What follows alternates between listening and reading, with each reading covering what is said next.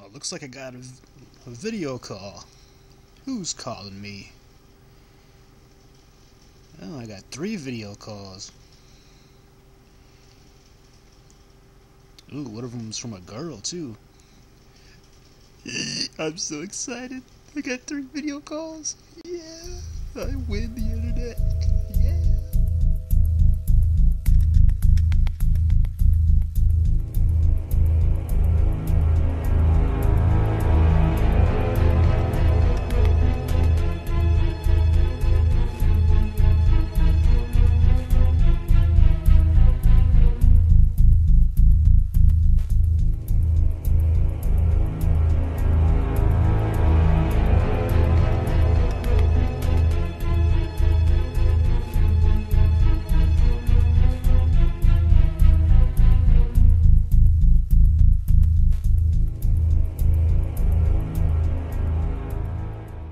Russian researchers in the late 1940s kept 5 people awake for 15 days using an experimental gas-based stimulant. They were kept at a sealed environment to carefully monitor their oxygen intake so the gas didn't kill them, since it was toxic in high concentrations. This was before closed-circuit cameras, so they had only microphones and 5-inch thick glass porthole-sized windows into the chamber to monitor them. The chamber was stocked with books, cots to sleep on, no bedding, running water and toilet, and enough dried food to last all 5 for over a month. The test subjects were political prisoners deemed enemies of the state during World War II. Everything was fine for the first 5 days.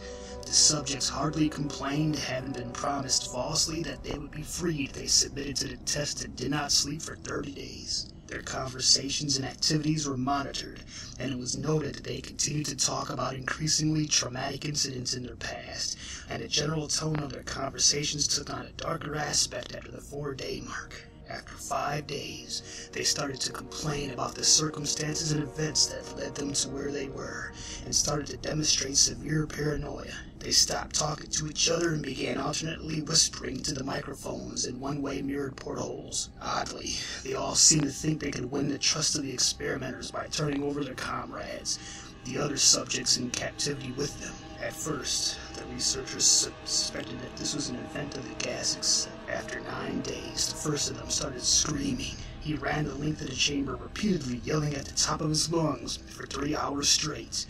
He continued attempting to scream, but was only able to produce occasional squeaks. The researchers postulated that he had physically torn his vocal cords. The most surprising thing about this behavior is how the other captives reacted to it. Or rather, didn't react to it. They continued whispering to the microphones until the second of the captives started to scream. The 2 non-screaming captives took the books apart, smeared page after page with their own feces, and pasted them calmly over the glass portholes. The screaming promptly stopped. So did the whispering to the microphones. After 3 more days passed, the researchers checked the microphones hourly to make sure they were still working, since they thought it impossible that no sound could be coming with 5 people inside. The oxygen consumption in the chamber indicated that all 5 must still be alive. In fact, it was the amount of oxygen 5 people would consume at a very heavy level of a strenuous exercise. On the morning of the 14th day, the researchers did something they said they would not do to get a reaction from the captives. They used the intercom inside the chamber, hoping to provoke any response from the captives they were afraid were either dead or vegetables. They announced, "We are opening the chamber to test the microphones. Step away from the door and lie flat on the floor, or you will be shot. Compliance will earn one of you your immediate freedom." To their surprise, they heard a single phrase in a calm voice respond, "We no longer want to be freed." Debate broke out among the researchers and the military forces funding the research. Unable to provoke any more response using the intercom, it was finally decided to open the chamber at midnight on the 15th day. The chamber was flushed of the stimulant gas and filled with fresh air, and immediately voices from the microphones began to object. 3 different voices began begging, as if pleading for the life of loved ones to turn the gas back on. The chamber was opened, and soldiers sent in to retrieve the test subjects. They began to scream louder than ever, and so did the soldiers when they saw what was inside. 4 of the 5 subjects were still alive, although no one could rightly call the state that any of them have life. The food rations past day 5 had not been so much as touched. There were chunks of meat from the dead test subjects' thighs and chests stuffed into the drain in the center of the chamber, blocking the drain and allowing 4 inches of water to accumulate on the floor. Precisely how much of the water on the floor was actually blood was never determined. All 4 surviving test subjects also had large portions of muscle and skin torn away from their bodies. The destruction of flesh and exposed bone on their fingertips indicated that the wounds were inflicted by hand, not with teeth, as the researchers initially thought. Closer examination of the position and angles of the wounds indicated that most, if not all of them, were self-inflicted. The abdominal organs below the rib cage of all 4 test subjects had been removed, while the heart, lungs, and diaphragm remained in place. The skin and most of the muscles attached to the ribs had been ripped off, exposing the lungs through the rib cage. All of the blood vessels and organs remained intact. They had just been taken out and laid on the floor, fatting out around the eviscerated but still living bodies of the subjects. The digestive tract of all 4 could be seen to be working, digesting food. It quickly became apparent that what they were digesting was their own flesh that they had ripped off and eaten over the course of days. Most of the soldiers were Russian special operatives at the facility, but still many refused to return to the chamber to remove the test subjects. They continued to scream to be left in the chamber and alternately begged and demanded that the gas be turned back on, lest they fall asleep. To everyone's surprise, the test subjects put up a fierce fight in the process of being removed from the chamber. One of the Russian soldiers died from having his throat ripped out. Another was gravely injured by having his testicles ripped off and an artery in his leg severed by one of the subject's teeth. Another 5 of the soldiers lost their lives if you count ones that committed suicide in the weeks following the incident. In the struggle, one of the 4 living subjects had his spleen ruptured, and he bled out almost immediately. The medical researchers attempted to sedate him, but this proved impossible. He was injected with more than 10 times the human dose of a morphine derivative, and still fought like a cornered animal, breaking the ribs and arm of one doctor.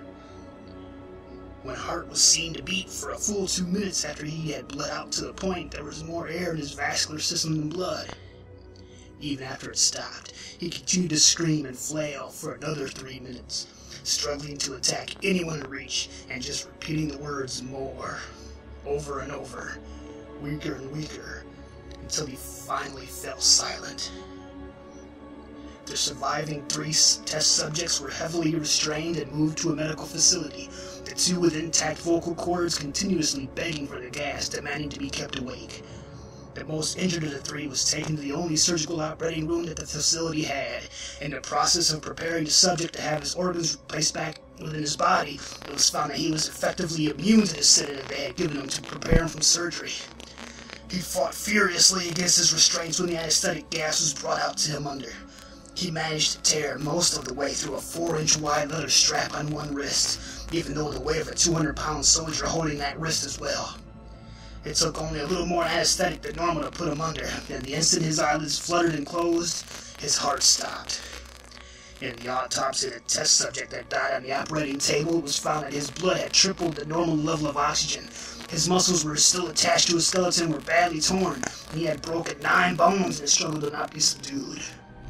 Most of them were from the force his own muscles had exerted on him. The second survivor had been the first of the group of 5 to start screaming. His vocal cords destroyed. He was unable to beg or object to surgery, and he only reacted by shaking his head violently in disapproval when the anesthetic gas was brought near him. He shook his head yes when someone suggested reluctantly that they try the surgery without anesthetic. He did not react for the entire 6-hour procedure of replacing his abdominal organs and attempting to cover them with what remained of the skin. The surgeon presided stated repeatedly that it should be medically possible for the patient to still be alive. One terrified nurse assisting the surgery stated that she had seen the patient's mouth curl into a smile several times whenever his eyes met hers. When the surgery ended, the subject looked at the surgeon and began to wheeze sneezed loudly, attempting to talk while struggling. Assuming this must be something of drastic importance, the surgeon had a pen and pad fetched so the patient could write his message. It was simple. Keep cutting. The other 2 test subjects were given the same surgery, both without anesthetic as well, although they had to be injected with a paralytic for the duration of the operation. The surgeon found it impossible to perform the operation while the patients laughed continuously. Once paralyzed, the subjects could only follow the attending researchers with their eyes. The paralytic cleared their system in an abnormally short period of time, and they were soon trying to escape their bonds. The moment they could speak, they were again asking for the stimulant gas. The researchers tried asking why they had injured themselves, why they had ripped off their own guts, and why they wanted to be given the gas. Again, only one response was given: I must remain awake. In preparation for being sealed in the chamber again, the subjects were connected to an EEG monitor and had their restraints padded for long-term confinement. To everyone's surprise, all 3 stopped struggling the moment it was let slip that they were going back on the gas. It was obvious that at this point all 3 were putting up a great struggle to stay awake. One of the subjects that could speak was humming loudly and continuously. The mute subject was straining his legs against the leather bonds with all his might. First left, then right, then left again, for something to focus on. The remaining subject was holding his head off of his pillow and blinking rapidly. Having been the first to be wired for EEG, most of the researchers were monitoring his brainwaves in surprise. They were normal most of the time, but sometimes flatlined inexplicably. It looked as if he were repeatedly suffering brain death before returning to normal. As they focused on papers scrolling out of the brainwave monitor, only one nurse saw his eyes slip shut at the same moment his head hit the pillow. His brainwaves immediately changed to that of deep sleep, then flatlined for the last time as his heart simultaneously stopped. The only remaining subject that could speak started screaming to be sealed in now. His brainwaves showed the same flat lines as the one who had just died from falling asleep. The commander gave the order to seal the chamber with both subjects inside, as well as 3 researchers. One of the named 3 immediately drew his gun and shot the commander point blank between the eyes, then turned the gun on the mute subject and blew his brains out as well. He pointed his gun at the remaining subject, still restrained to a bed, as the remaining members of the medical and research team fled the room. I won't be locked in here with these things. Not with you, he screamed at the man strapped to the table. What are you? He demanded. I must know, the subject smiled. Have you forgotten so easily? The subject asked. We are you. We are the madness that lurks within you all, begging to be freed at every moment in your deepest animal mind. We are what you hide from in your beds every night. We are what you sedate into silence and paralysis when you go to the nocturnal haven where we cannot tread. The researcher paused, then aimed at the subject's heart and fired. The EEG flatlined as the subject weakly choked out, so nearly free.